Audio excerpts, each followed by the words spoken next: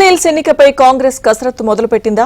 మంత్రులను ఇన్ఛార్జీలుగా వేస్తే కలిసి వస్తుందని కాంగ్రెస్ పెద్దలు భావిస్తున్నారా?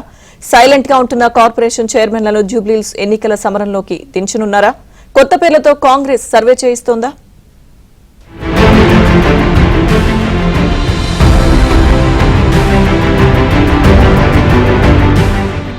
జూబ్లీహిల్స్ ఉప ఎన్నిక అన్ని పార్టీలకు జీవన్మరణ సమస్యగా మారింది. పట్టు నిలుపుకునేందుకు అధికార పార్టీ పోయిన ప్రాబల్యాన్ని తెచ్చుకోవాలని ప్రధాన ప్రతిపక్ష పార్టీ ఉవ్విళ్లూరుతోంది. ఇక నూతనంగా పార్టీ అధ్యక్ష బాధ్యతలు చేపట్టిన బీజేపీ రాష్ట్ర అధ్యక్షుడు రామచంద్రరావుకు ఈ ఎన్నికలు మొదటి టాస్క్.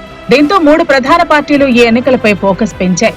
ఇక బీఆర్ఎస్ సిట్టింగ్ స్థానమైన కంటోన్మెంట్ సీటు కైవసం చేసుకున్న హస్తం పార్టీ ఇప్పుడు జూబ్లీహిల్స్ స్థానాన్ని సైతం తమ ఖాతాలో వేసుకోవాలని కసరత్తు చేస్తోంది. ఈ ఉప ఎన్నికల ప్రభావం రానున్న గ్రేటర్ ఎన్నికలపై ఉంటుంది కాబట్టి కాంగ్రెస్ పార్టీ జూబ్లీహిల్స్ ఉప ఎన్నికపై చాలా హోంవర్క్ చేస్తోంది.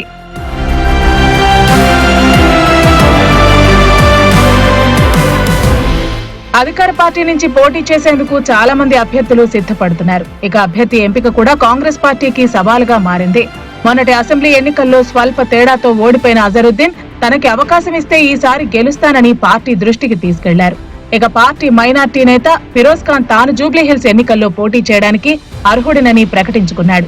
ఇక మరో మైనార్టీ నేత ఖమ్మం సిటీ ప్రెసిడెంట్ మహమ్మద్ జావేద్ తనకి ఖమ్మంలో అవకాశం ఇవ్వటం లేదు కాబట్టి తనకి మైనార్టీలు ఎక్కువగా ఉన్న జూబ్లీహిల్స్ లో ఒకసారి అవకాశం ఇవ్వాలని హైకమాండ్ ను రిక్వెస్ట్ చేస్తున్నారు. ఖైరతాబాద్ డీసీసీ ప్రెసిడెంట్ రోహిన్ రెడ్డి సైతం ఉప ఎన్నికల్లో పోటీ చేసేందుకు తన పేరును పరిశీలించాల్సిందిగా ఢిల్లీ పెద్దలను కోరుతున్నారు.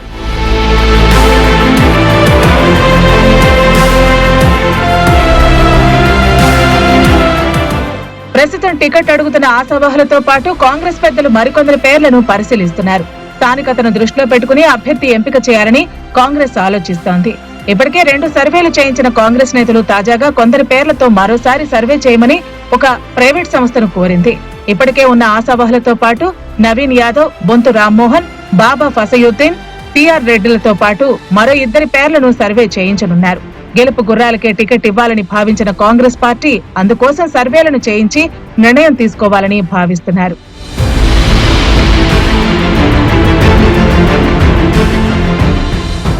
ఇక జూబ్లీహిల్స్ ఉప ఎన్నికల కోసం 3 మంత్రులకు ఇన్ఛార్జి బాధ్యతలు అప్పగించారు. మంత్రులు తుమ్మల నాగేశ్వరరావు, పొన్నం ప్రభాకర్, వివేక్ వెంకటస్వామికి ఉప ఎన్నికల బాధ్యతలను ఇచ్చి వారికి డివిజన్లు కేటాయించారు. తుమ్మల నాగేశ్వరరావుకు వెంగళరావు నగర్, తోమాజిగూడ డివిజన్ల బాధ్యత ఇవ్వగా పొన్నం ప్రభాకర్ కు ఎర్రగడ్డ, యూసుఫ్గూడ డివిజన్లను కేటాయించారు. ఇక వివేక్ వెంకటస్వామికి షేక్పేట్, రహమత్ నగర్, బోరబండ డివిజన్లను అప్పగించారు. ఒక్కో మంత్రికి పలువురు కార్పొరేషన్ చైర్మన్లను అటాచ్ చేసి మొత్తం 19 మంది కార్పొరేషన్ చైర్మన్లను జూబ్లీహిల్స్ ఉప ఎన్నిక కోసం ఇన్ఛార్జీలుగా బాధ్యతలు అప్పగించారు.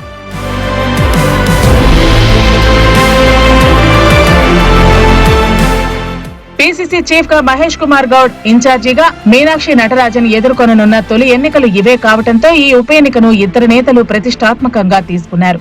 ఇక ఇప్పటికే నియమించబడ్డ ఇన్ఛార్జీలతో పాటు ఎన్నికల సమయానికి మరింత మంది నాయకులను వీళ్ళకి అటాచ్ చేయనున్నట్లు తెలుస్తోంది. ఇంత ప్లాంట్ గా కసరత్తు చేస్తున్న ఉప ఎన్నిక ఎవరి ఖాతాలో పడుతుందో చూడాలి.